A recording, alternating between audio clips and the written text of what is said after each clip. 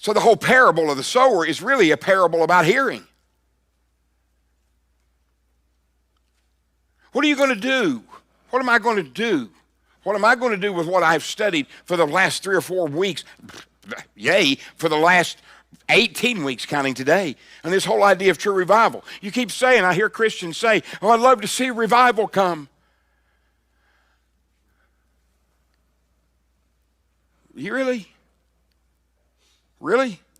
You want the personal change that revival is going to bring about?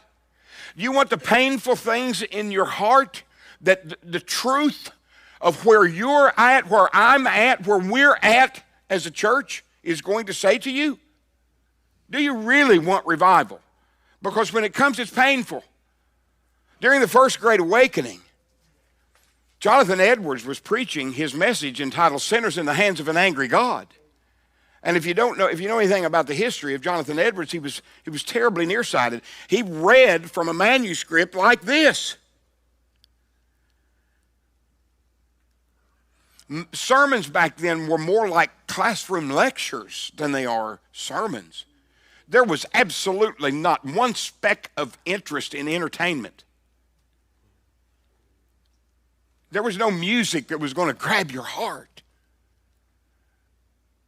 The music was meant to grab the heart of God, not to grab my heart.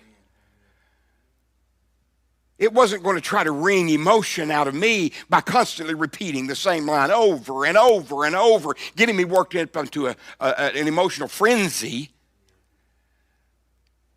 It was music meant, hopefully, in the hands of the musicians who performed it and those who composed the music, that they felt like it would be fit for the throne room of God in heaven himself, before his very presence. And when the pastor preached, he was reading from a manuscript.